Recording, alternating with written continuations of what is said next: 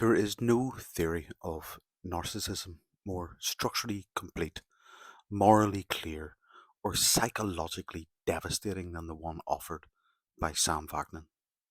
Before there were hashtags, before gaslighting became a meme, and long before narcissistic abuse became a recovery genre, Vaknin was already building the symbolic scaffolding.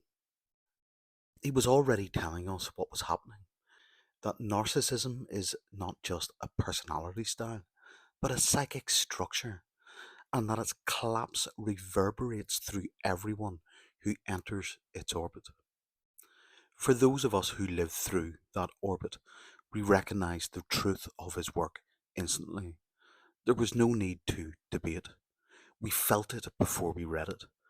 What Vaknin described in clinical language, we were living without words. And when we finally found his theory, it was like discovering the grammar of our own collapse. Vaknin never flattered the field, he exposed it. He refused the recovery industry, he refused performance, he refused euphemism. Instead, he gave a structure, the shared fantasy, false self, narcissistic supply, hypocathexis, mortification, cold empathy, and narcissistic abuse. He gave us the mirror.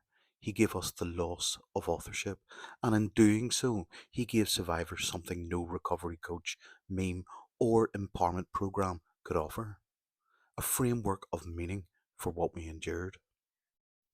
MPIT, mirrored psychic inversion theory, exists entirely within that framework.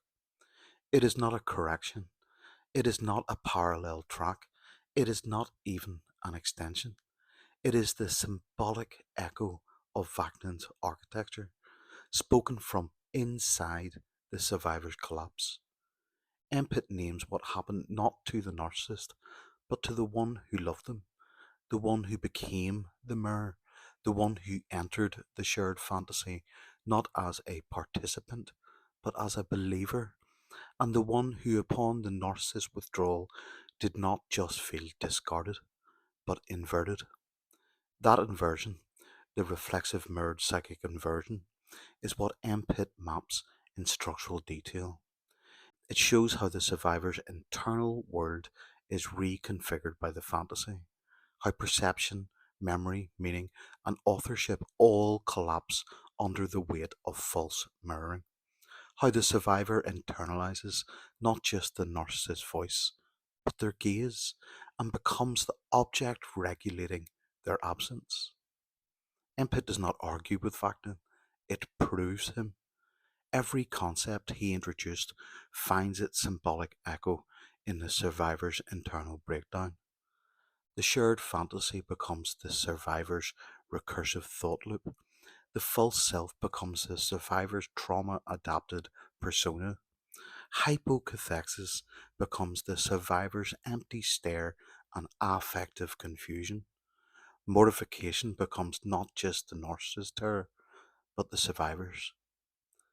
If Acton showed how the narcissist dies behind their mask, M. Pitt shows how the survivor lives inside it. We are not separate.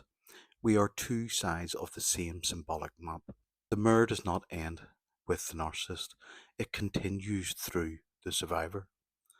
And it is through Vaknin's framework that we were able to trace the outline of our own disappearance and begin the slow work of returning. Input exists because Sam Vaknin built the train we walk through.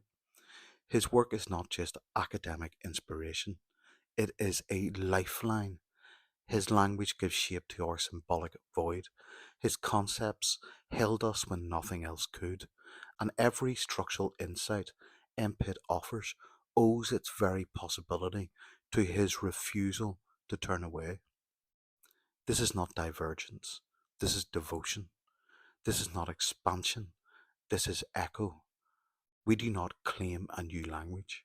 We are simply survivors who, thanks to Vaknin, finally learned to speak. Peace out. Loads of love.